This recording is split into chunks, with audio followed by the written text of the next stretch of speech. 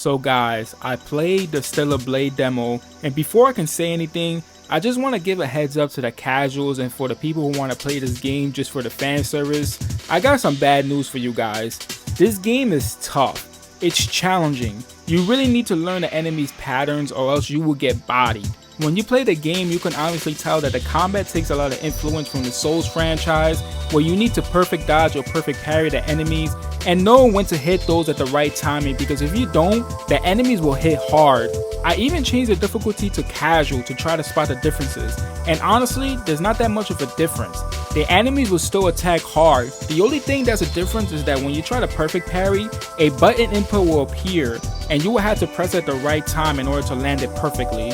Now my problem is that I came into this game expecting another hack and slash. Like I would have expected a perfect dodge being close and similar to Bayonetta. When you dodge, you activate the witch time, but no, it's not like that. You really have to be locked in and you can't just spam the perfect parry or dodges. You really have to time it perfectly. I've even had a tough time defeating the first boss at the prologue of the game. He was giving me problems as I was trying to accustom myself to the controls and adapt to the gameplay. The game starts off right off the bat in action as you control Eve slashing through enemies in the middle of a war zone, explosions going on everywhere, and mind you, this game runs beautiful. It runs at 60 frames per second. You can really see how smooth it feels. And in the prologue, when you're first fighting the first few enemies, you kind of just hack and slashing your way through. It teaches you how to perfect parry, use the beta skills, but once you get to the boss part, this is where it gets really challenging. The boss was fucking my shit up. You really can't just keep attacking him. Like, you can't just spam the attack button. No, you have to time your attacks perfectly, dodge his attacks perfectly at the right time, and it kind of threw me off at first because I'm like, oh, this is the type of game it is. But after a while, I started to adapt and eventually beat him. After the prologue of the game, this is where you really start to get a feel of the game and the exploration aspects of the game. The world is very post-apocalyptic inspired, as you can see rundown buildings and such. As you progress, you can find rest areas when you can upgrade Eve's skills, rest up, regenerate your health. There's a shop, you can also change the music. And did I mention that the music in this game is beautiful? It's literally 10 out of 10 for me. I enjoyed all the music that was in the demo, and I can't wait for more music to be shown when the game releases.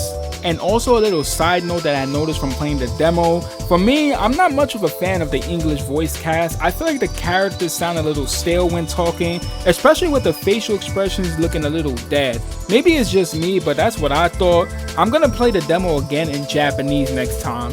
Now back to the rest area. When you're upgrading your skills, there's an option where you could try out the new skills that you upgraded against an enemy. I highly suggest people to abuse this training in order to get better with your perfect parries and dodges against enemies. Even though it's only one enemy, it truly does help. I will hope that when the final game releases that you can change the enemies that you're practicing against, so that way you can learn their attack patterns and you won't have trouble fighting them later on in the game.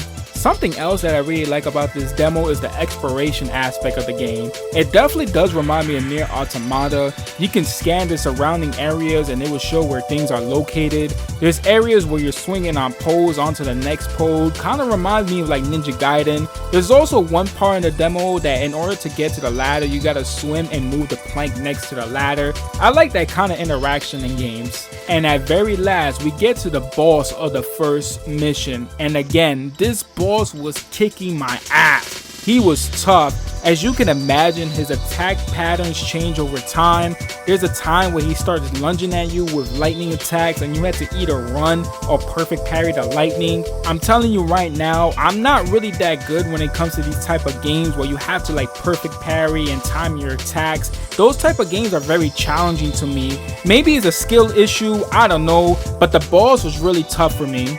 I can't tell you how many times I died playing this boss, but I'm pretty sure I died at least 5 times before actually beating him. I'm telling you, this boss was fucking challenging. Like, he was hard for me. I don't know about other people, but I had a tough time playing him. All in all, it took me probably about an hour to complete this demo, only because of the fact that I kept dying and trying to adapt to the gameplay.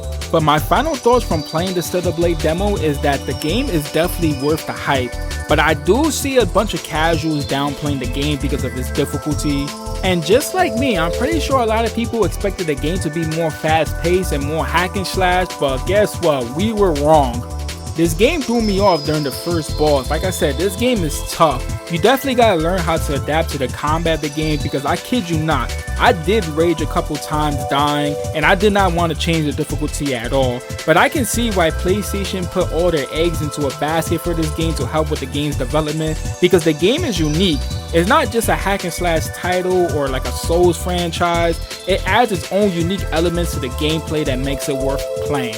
There's so much more I can say about my experience playing the demo, but I try to summarize it as much as I can. And remember that your data from the demo, it's going to progress into the final game when it releases.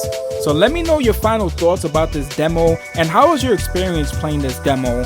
Now, if you made it this far into this video, I highly appreciate you, and you can support me by liking this video and subscribing to my channel. I highly appreciate it. My name is Saiyan Matic, and I hope you guys enjoyed the Stellar Blade demo. I'll see you guys in the next video.